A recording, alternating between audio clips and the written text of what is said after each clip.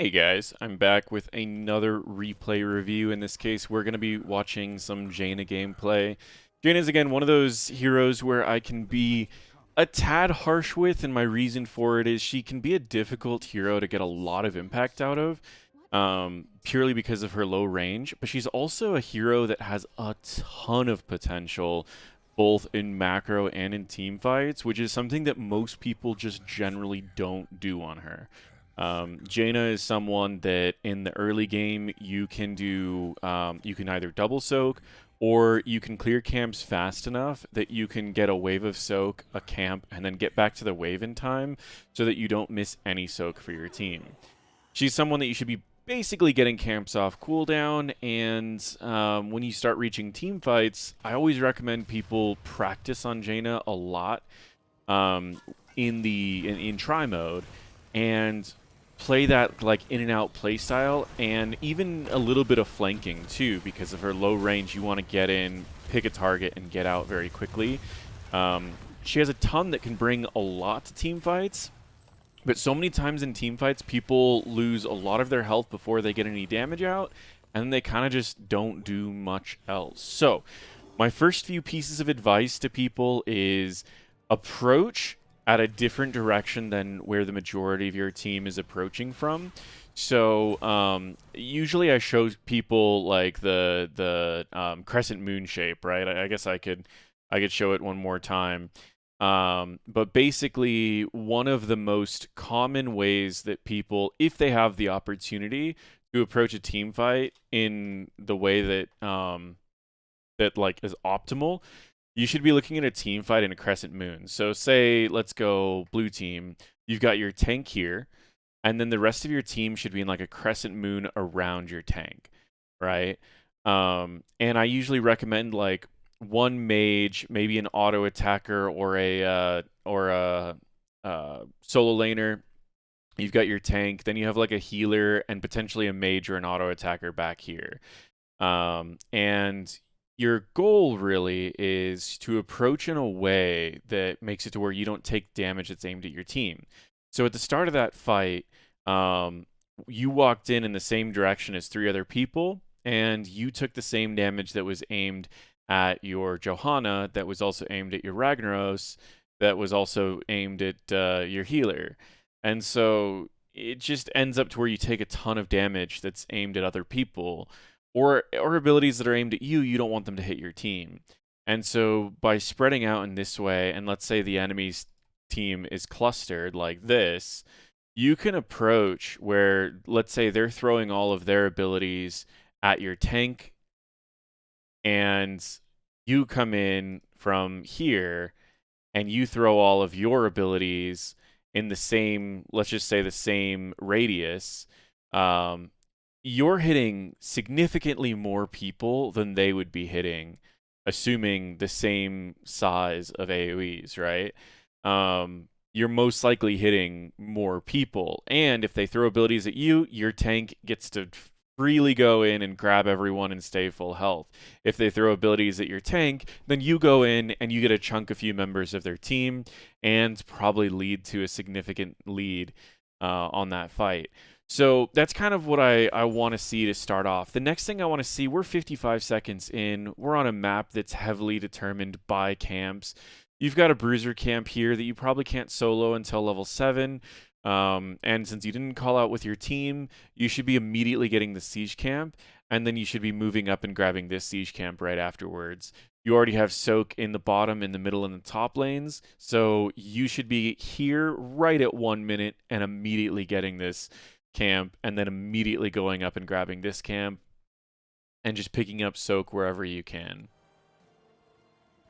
And if you see your team going for a different camp, you can always push with one of them. See, the Anduin knows what they're doing here. You definitely need to be focusing on that. If you're playing someone who can do camps on this map, you should be focusing on that. This white main shouldn't die. I mean, she probably will, but she shouldn't die.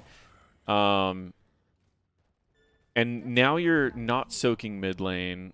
As far as the camp, you have your two healers working on the camp, and the enemies are getting camps first. But as far as the early portion of the game, you're just not quite doing things as efficiently as you could be doing them, and focusing on the things that create leads. Your team's also missing soak mid lane. There's soak that's being missed here. There's 2 minions that were missed here, and then the 3 other experience or XP globes were picked up. But you should be looking at having your team prioritize who's best at camps, doing camps, who's best at soaking and potentially double soaking, doing soaking. And one small detail, and I don't want to like just tear apart a replay. One small detail, yes, in most circumstances, a Blizzard alone will clear this wave. You use 3 abilities to clear it. You could just use a Blizzard. But the other thing I wanted to bring up really quick was that your turrets will end up dealing with these minions, but they're out of range to deal with these. So it's best to use your abilities to clear up the siege giants rather than the wave, because your turrets will deal with that. It's just kind of a time efficiency thing again. Using your abilities, now you have to wait for all your cooldowns to even do anything to these, when most likely one Blizzard and these abilities would be enough to clear this up before the second Blizzard even happens. Now your tank pulled them into tower range, so that's good.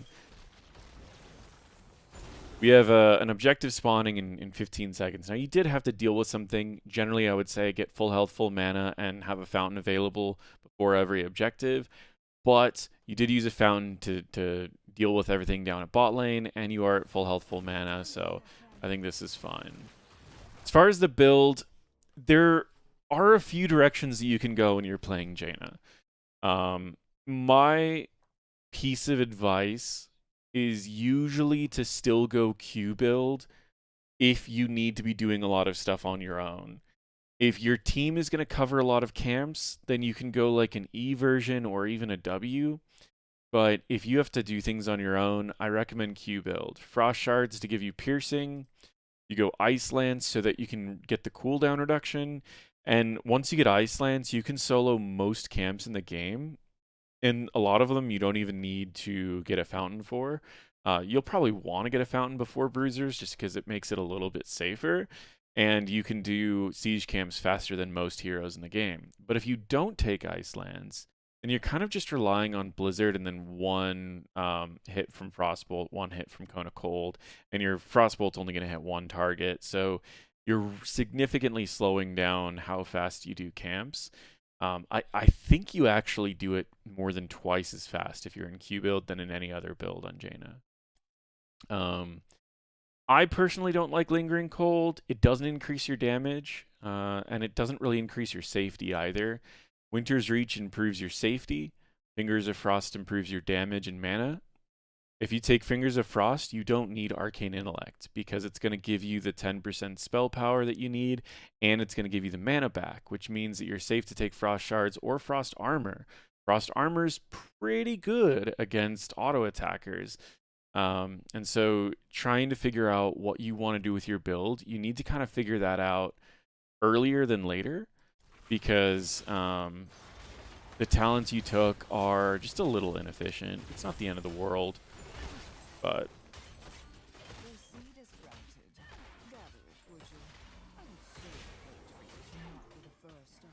all right, I'm gonna fast forward a little bit. So again, kind of watch where your team's approaching from. They're all approaching from this direction, so you almost don't want to approach from the same direction. You want to kind of approach from the side over here. This side over here would be way too far, and this side over here would take forever. So you still need to approach up this way, but then you might be able to move off to the side, step in for abilities, and then step out. Step in for abilities. If the enemies are smart, they're going to take a step back, and they're going to try to get you guys in this choke, where all their abilities hit you at all times. And if they do get you in the choke, you should be safe to go for the objective. So you don't really want to fight in the choke. But you guys did get the objective, so that's awesome. Now you just go back to macro. Second you win or lose an objective, you want to go right back to macro. Unless you're at the very end of the game where you can potentially lead to kills that can close out a game, or if the enemies are going to potentially lead to kills that are going to close out a game. It's smart that you stayed back here.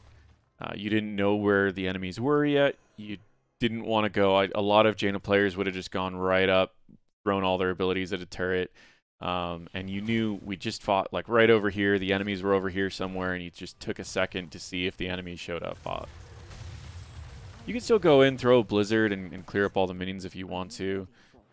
Again, one blizzard's enough to clear out a minion wave. So if you ever see like a minion wave that's just sitting on structures and it's kind of stuck there, you can always throw a W down. Your blizzard will usually grab the last hit, so you don't need to worry about losing experience. So level 7, Ice Flows is kind of the new build against like multiple frontliners. But most people will end up taking like Frost Armor. Arcane Intellect's fine with it. Honestly, I think Lingering Chill's also fine. I think this build's fine into multiple frontliners. It's just, it depends. It doesn't speed up your camp clear at all. And you also need to understand if you have healers you can't trust, you got to be a little careful with that. But it's fine to go with it. It just really depends on what your plans are. I'm not the biggest fan of Ice Flows unless I'm in a coordinated environment. And my reason for it is Ice Lance is more damage to camps, it's more damage to structures. It's still really good damage in team fights. And I would argue it's only slightly worse than Ice Flows in team fights. And Ice Flows is a little bit more utility as well, because what you'll end up getting is like the chill, and you can chill people, like basically just lock them in place, which is great against like Illidan. But if your team can't do everything, it tends to be a little bit weaker. So in and out playstyle. Go in when you have abilities, use your abilities, get out when you don't, right? You have abilities and you're trying to walk past their tank, you can't do it, right? Unless you have the ability to kill these on your own without Icy Veins, you should not be trying to walk past there. You should just safely damage who you can safely damage and take a step back. There's no world you're killing these without Icy Veins. So throw your abilities, get out of range, step back up when you're about to get your abilities back up. You guys won the next objective, get out. You're going to go mid, you're going to clear this up, you're going to go for your camp, right? It should be always looking at where you can get the most value. In fact, I might even leave mid to have my team deal with it. I might push out one wave, and then I would go for the camp. I know it sounds strange, but this is 2 waves of experience you could cost the enemy if you have all of them die to these structures, and while these are dying to the structures, you could go get a camp. And your team will probably get mid, but if they don't, you can always go grab that. But the longer you spend here, the more experience you're going to lose from your minion wave killing this minion wave, the more structure damage you're going to take, and the more experience you're going to lose here from your minions killing those. And it's going to allow the enemies, despite you guys winning both objectives and being up by a kill, it's going to allow the enemies to continue to have an experience lead on you. Again, I would try to recommend focusing more on the siege camp than the minions. And I would try to group them up so you can walk over here and these guys will follow you in here, and then your next blizzard kills everything.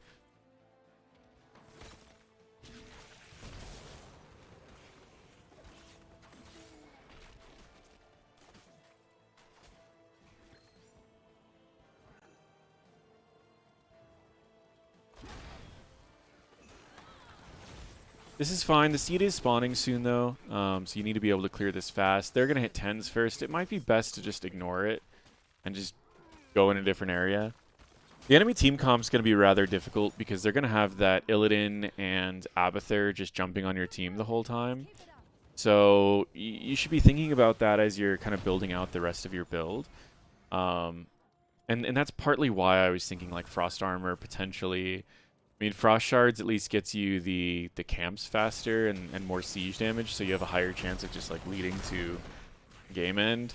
I would probably also be taking Water Ellie this game, and my reasoning for it is, who are you going to be able to safely Ring of Frost? Probably just the Blaze, and he has Bunker. And I don't see you safely Ring of Frosting anyone else because, I mean, Chromie's going to be so far away, she's going to be so far away, he's too mobile, and he's not anywhere in there. Water Alley gets you your ice block sooner, which is going to be necessary against Hunt. And it's also going to be nice to just throw Water Alley onto Illidan and then try to kill Blaze. The other challenging part about going Ice Flows is he's going to likely be in your backline. He's going to likely be in the middle of them, and you're not going to get in range of their backline. I don't think you ever hit 2 people with that. You did go Ring of Frost, and again, the challenge about Ring of Frost this game is just who can you safely hit, right? I like Ring of Frost, but there's a lot of times where I recommend Water Ellie because it's just a consistent damage that goes where you want it to go. So while we're waiting for your res, normally I would fast forward, but I did want to go through and look at some of the what you shared. So you said a little behind in submissions, but I guess this would be for August. Yeah, this could be for August, and you could do another one for October. This is the end of October, so if you want to do 2 in November, you can. We were in a 5-stack in Storm League here, mid gold and comms. You guys have an interesting comp for this map if you guys were in a 5-stack, but I'll come back to that. The Abba, Illidan, Whitemane were all 3 Smurfs, and the Illidan Whitemane claimed to be master players after talking to them, each with over 70% win rates.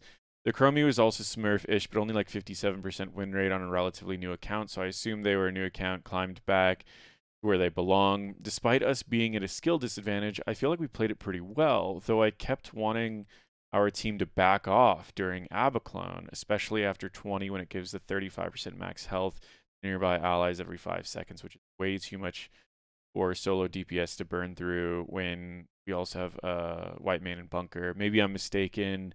Would love some tips to see how we can win. Okay, so my biggest thing is your early game. If you're against an Abathur, Abathurs generally struggle in early game, and as the game goes on, they get stronger and stronger and stronger.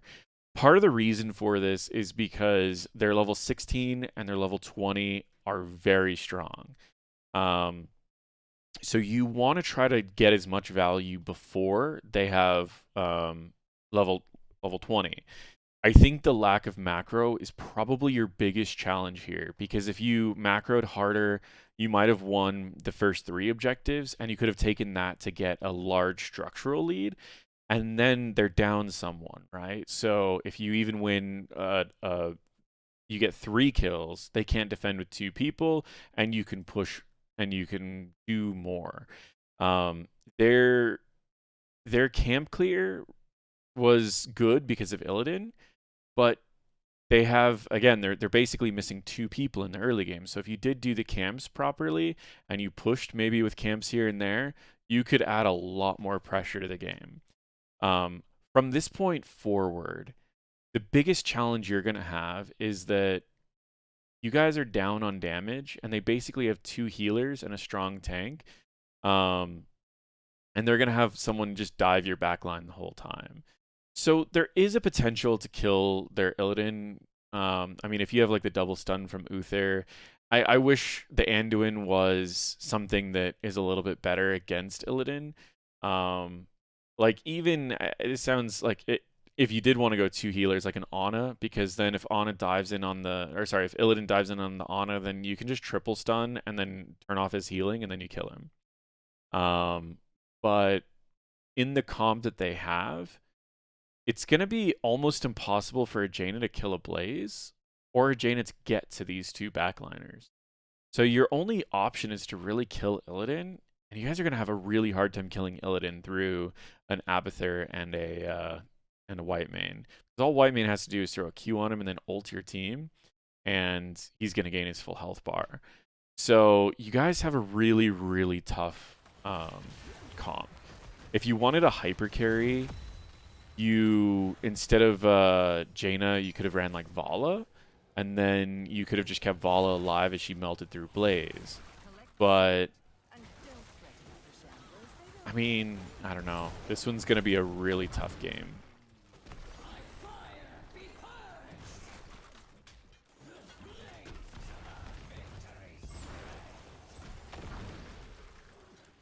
There's the clone. So the hard part about not fighting into a clone is that he's cloning on an objective. If you step away from the clone, do they just win the objective? And that's the hard part. So you guys have Rag to... So I do kind of agree with you here. You have Rag to stall the objective. You could use Rag, stall the objective, wait out the clone, and your Uther was kind of in there. So I do agree that is a problem on this particular fight. You guys should have backed up. You lost half of your health, and they really didn't lose much. You should have your ice block done. Oh, the light bomb didn't hit anyone. The ring didn't hit anyone. I think you guys are just...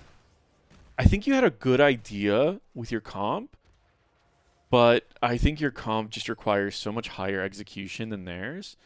Their comp's a really easy comp to play.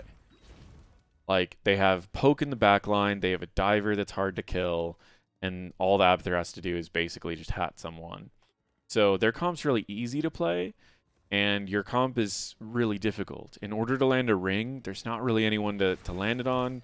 In order to kill Illidan, you basically need to Icy Veins and have Uther just double stun him, and hope that Whitemane didn't have a Q on him. And at 20, it's going to be almost impossible, since all this Whitemane has to do is throw the permanent mark on Illidan, and all she has to do is basically throw an ult out, and this Illidan's unkillable. You can pop Icy Veins here to try to kill him. If he doesn't have like the jump to allies, you might be fine. Yeah, so it's a good kill. You guys have this opportunity and this opportunity alone to try to win the objective, because they're going to be 16 afterwards. So all of you should be going to the objective. It would have been worth even giving up a fort for that, because you have to get this objective.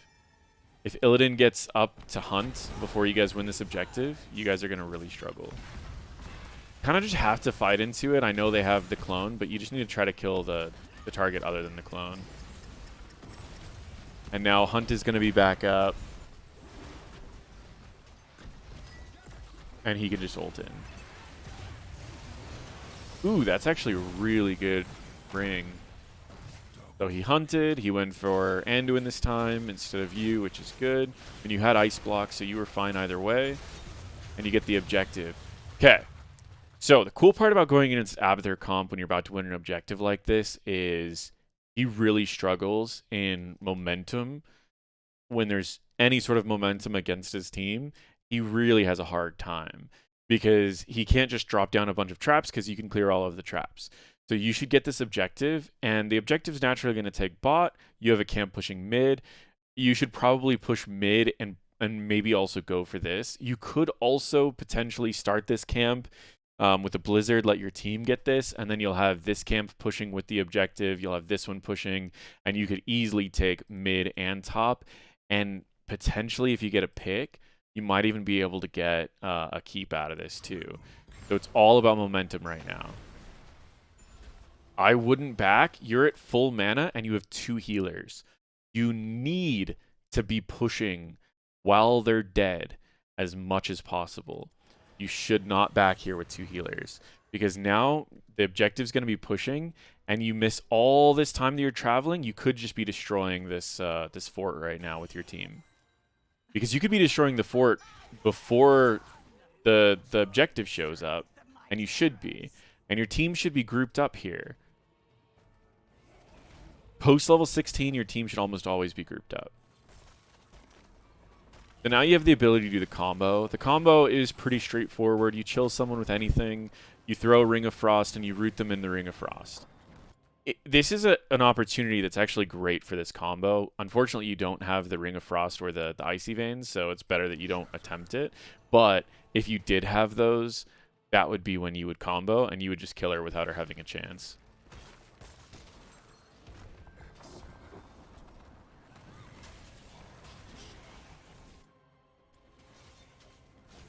If you didn't use your E to clear that wave, which you don't need to, by the way. Again, 1 W is enough to clear a wave. If you didn't use the E, you could have rooted him in the boss stun. So that's more of like an ability efficiency thing. like level 3 and on, you can clear an entire wave with just a blizzard. And sometimes I don't even recommend using the blizzard because the cooldown's so long and it can do so much to like structures. Ooh, that was a good pull. Just pop Icy Veins and see if you can kill him. Pop your Ice Block. Oh, that's so late. Oh, this is rough. So mechanically, there's a few things you could have done differently. I'm not going to harp too much on like what you didn't do, because this is all something that you could improve. The more you play Jaina, more comfortable you get with her. But this is one of those situations where you could have killed the Illidan and also ice blocked all the damage from the Chromie. And then your team probably would have still been alive because the hat would have gone on cooldown, and all of that. But let's kind of get past that for a second. Do you see what I'm talking about Ring of Frost though? Is you had one good Ring of Frost, but almost every other Ring of Frost has just been negated by Bunker. Um, this difference alone would have been the difference of winning this fight. Having a water elemental that would have been that last bit of damage to finish off Illidan, and having an extra target to just permanently slow the clone while you kind of melt away at the enemies. The earlier ice block would have been enough to where you didn't die earlier. It's a simple talent change. The Q's into getting camps earlier, and it's more siege damage. But the biggest thing that was here, disregard all of the build, is the fact that you guys weren't grouped up taking this while they were dead and adding more momentum, right? You guys only started pushing together basically after the objective was killed. And that's where the real problem was. They should have been distracted and spread out dealing with the objective while you were pushing as a team. And you wouldn't have fought a 5v5. You would have fought like a 5v3 while they were clearing the objective, and you'd be able to take this. So you need to use momentum. If you're grouped, you need to be using momentum. And I would recommend having comps like what they have, right? They have synergies. They have a hunt into whatever. I mean, you guys do have Bless Shield into Light Bomb, but look at the cooldowns, right? You have Bless Shield, 27 seconds. You have Light Bomb, 40. Oh, sorry, you don't have Light Bomb.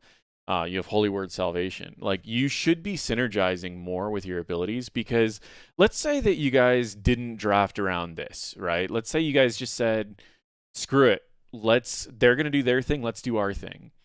And you guys just Bless Shielded every time that Chromie got anywhere near, or Whiteman got anywhere near the Blaze, and you just immediately Light Bomb, or Bless Shield Light Bomb the Blaze, and he would get Bless Shield, she would get stunned, and then the Light Bomb would go off, and then after that, let's say instead of Lava Wave, you just went the Hammer, and you just Bless Shield Light Bomb Hammer, Bless Shield Light Bomb Hammer, and every single fight you kill their healer, and their fight just starts off and their healer is dead, and potentially their backline damage is dead.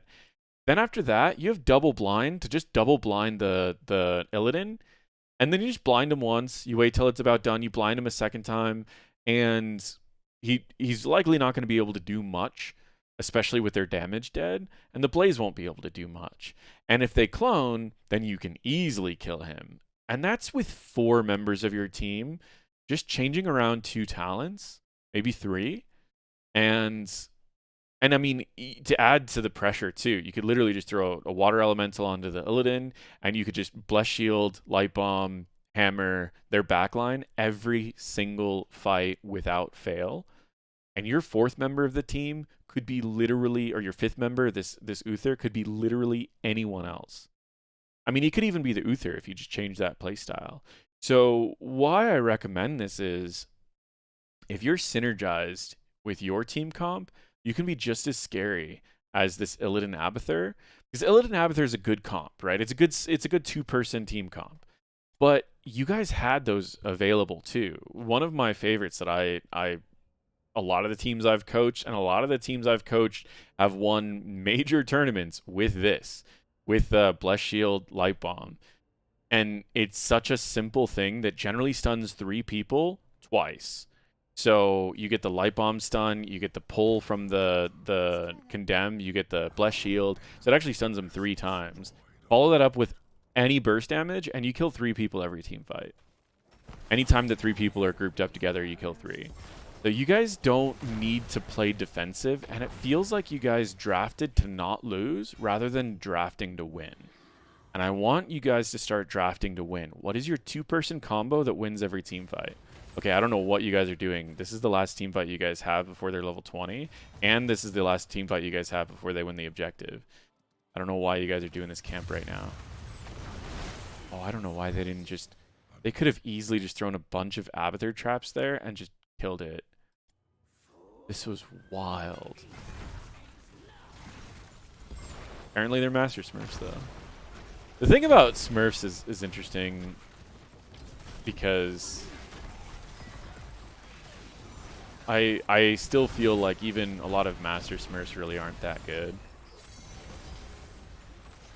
And they might have just been screwing around and not paying too much attention. Yeah, these are the fights you're talking about, trying to get through the clone's health and then still getting through everyone else. But you're just a solo Jaina, and that's the hardest part.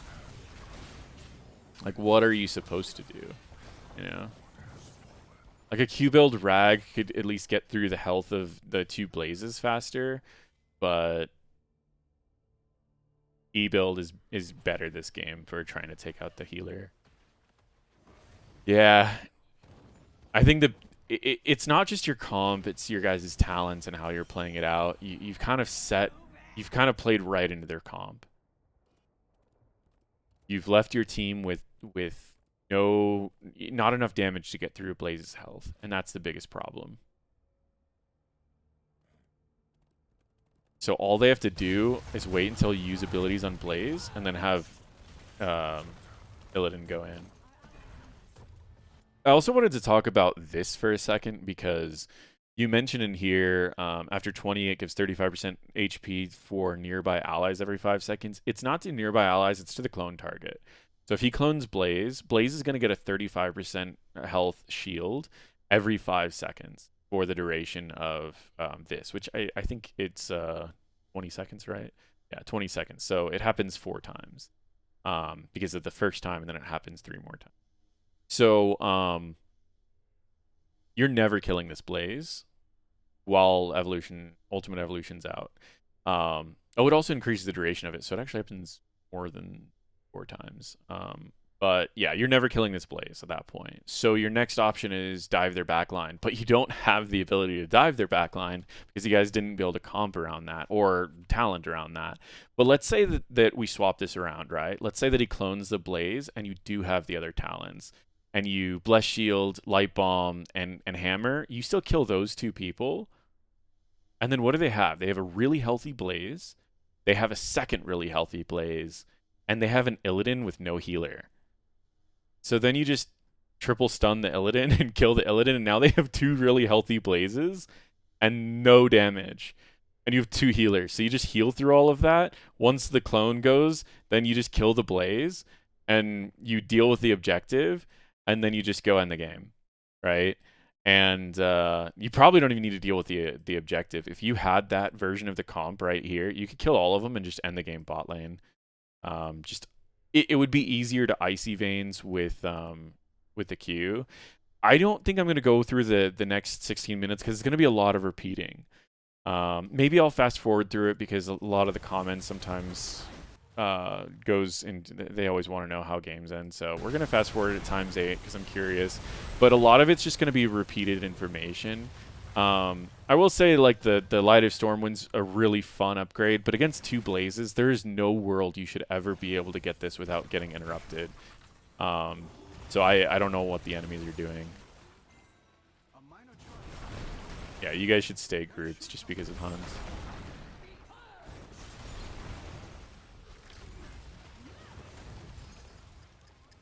Alright, there's the clone. Yeah. They kind of just have you in check right now. Anything that you guys try to do it'd be pretty easy to answer.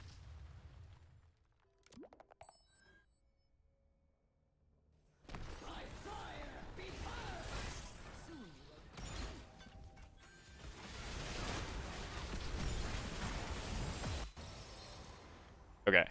So, again, you guys are just kind of in check, right? They don't need to commit a lot of resources into these. Um, they're pretty safe, and they have like lanes pushed. They've got the Abathur. They can just clear up anything. They've got the Illidan. I don't know why he's hunting. He literally could have taken this keep for free, and then that keep's gone. There's no reason for him to fight here. Like with a Blaze down. Yeah, I would be...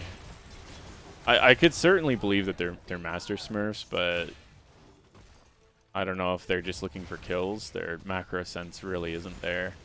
And that's something that's really interesting. Like, I've played on Smurfs before. I try to do it more for educational purposes.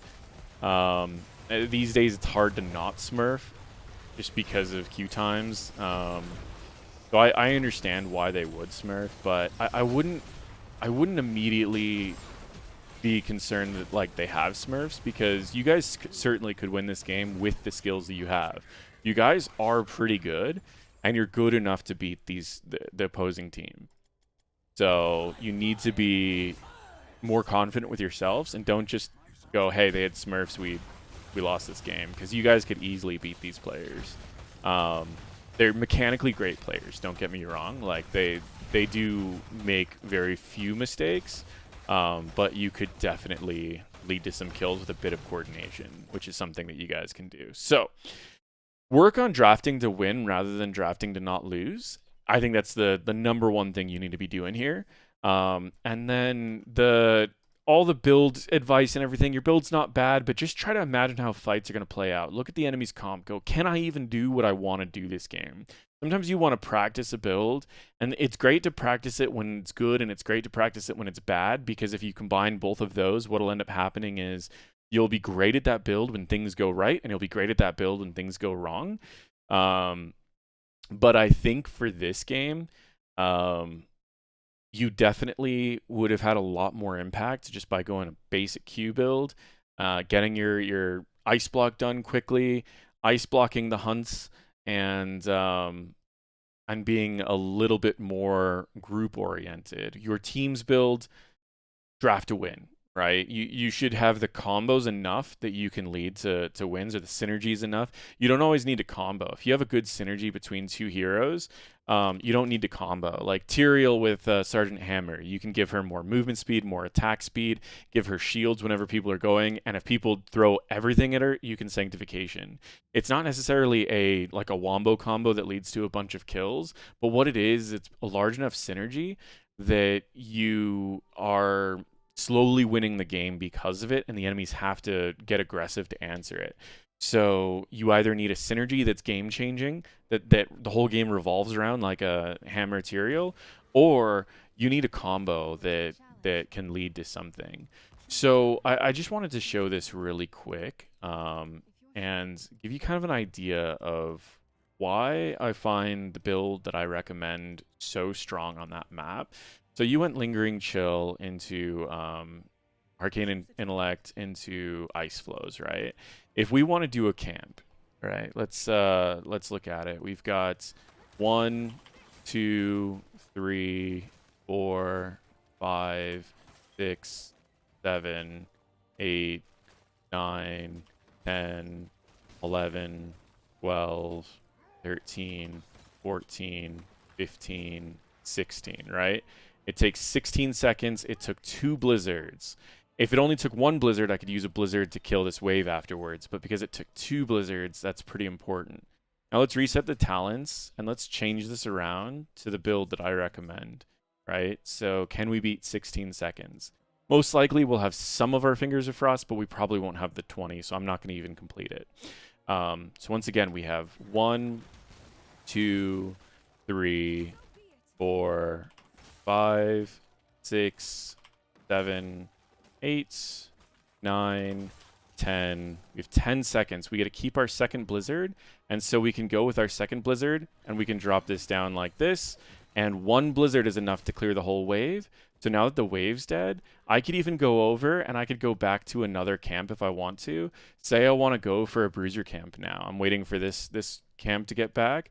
I might even go for a bruiser camp and get that. Or I might go for a different siege camp. But this build is so much better for getting camps, but also siege damage. Let's talk about siege damage for a second. Let's cooldowns for just a second. You can lower your cooldown of your Q on structures too. And so you can really chunk these, and you can even max range it to avoid towers if you want to, if you really need to get that little bit of damage off. And again, I'm not going to use my E or anything on the wave. I'm just going to use a W, and I'm going to auto attack these guys a little bit, and then I'm just going to go back to sieging, and I'll use an E just to get enough to where I can throw my Q out there, right? So I'm just throwing out my Q, and we can siege pretty hard. So if you're left in a lane by yourself, you can kill a wave, you can get a camp, you can come back, kill a wave, and you can siege hard in this build and apply so much pressure that an Abathur can never deal with. Because their minion's just going to walk right up here, and you're going to be able to kill it with one Blizzard. Again, we do one Blizzard. We don't need to do more. We do one Blizzard, and then you immediately go to siege. Right? And we're just auto-attacking, we're getting those Qs out, and if we want to start just hitting a structure, we want to wait for the cone because we need the cooldown on Frostbolt. And we're just going to do this. We're going to throw one Blizzard. Make sure to grab any globes. And we've got... did a chunk of that. But the other reason why this is a really good build is when you hit 13. Right? When you hit 13, you go Fingers, let's go Frost, let's go Ice Lance, let's grab that Water Ellie. Let's go Icy Veins, and let's throw the that Illidan against us. And I'll show you how easy it is to answer Illidan. So at this point, we should have our quests done. So let's complete our quests. And watch how easy it is to deal with Illidan, right? If Illidan goes for me, I just throw a Water Ellie on him. And even if I just Ice Block for a decent amount, look how much damage I'm doing to him. And I don't even need to be in this fight. I could be out, you know? I could be focusing on something else. And he's going to struggle to even deal with that. But let's say that he shows up, he's dead, right? And let's say while he's dead, he has a low death timer on here. But let's say that while he's dead, I decide to go for his fort. So let's get rid of the enemy hero. And we're going to do one, right? And we'll even throw a Q. We're going to Icy Veins. And we're going to use the Q. And look at the cooldown of this Q when it gets lowered with Icy Veins. In one Icy Veins, you should get almost enough damage to kill a fort in Q build, but it won't help in E build because you're not going to get that extra 2 seconds off. So it's about 15 seconds to kill a fort at level 13 if you have Icy Veins in Q build. The other thing that's cool about this build is you also have Water Ellie that can help with it, but the core is another thing that people you have a really big potential if you get a good kill. Say you got 3 kills there in your team fight and you're in this build, the amount of damage you can do almost takes out a core. So let's say we go with the chill. You could go with the armor if you want, but the chill is great against people that are trying to dive you.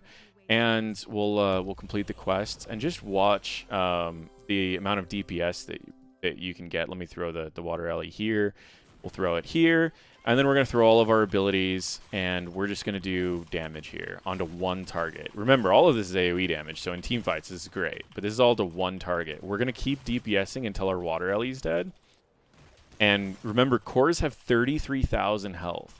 So if you're just attacking a core this whole time, we did 23,000. We just did 66% of a core's health.